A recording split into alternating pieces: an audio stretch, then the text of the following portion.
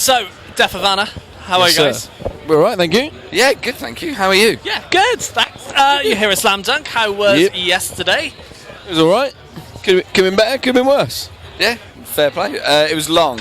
It was a really long day, I think, for everyone, actually. The set wasn't that long, but the day was very bloody long. Build-up. That's the problem when you're headlining a stage. We're not used to it either. Like we never headline stages like this. Yeah. It's a bit of a drag, really. To be honest. It's good though. Music that you can play to your new fans that you've got out there. Yeah. On the Wire is the latest track that we've been playing. What can you tell us about that? That's the only song we've ever written where I think immediately I knew that it would get stuck in people's heads. I don't know. It just felt like a big song when we wrote it, didn't it? Yeah. I don't mean that in an arrogant way. I don't mean like I listened to it and I was like, wow, this song's amazing.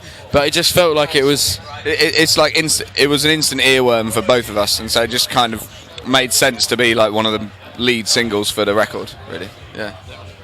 That's great to hear, and we're building up now to a new record coming out next month. What can people expect to hear when they get a chance to listen to it?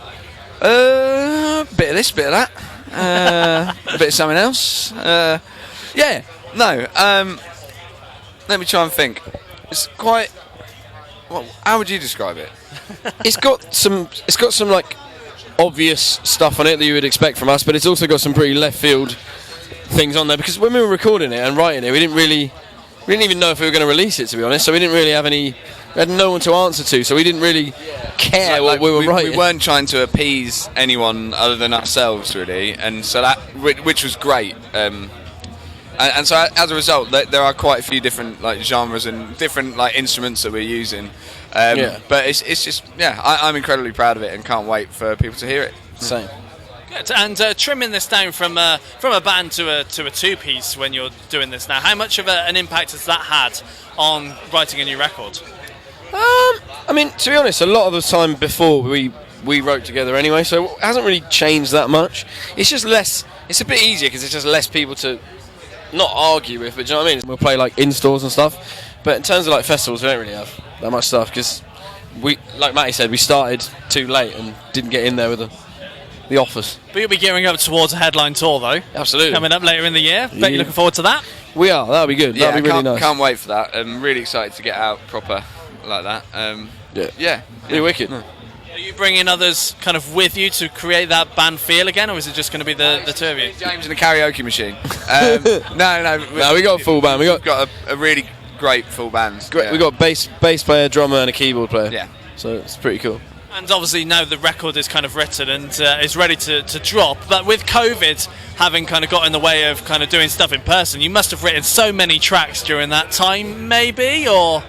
Matty did. I did, but only in only at the start of 2021. Like for the first year or so of the pandemic, I couldn't really even think about music. I just so it kind of just went. I didn't know whether there was anything I'd ever do again.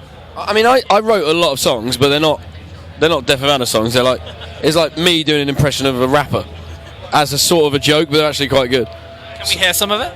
Not right now, but maybe.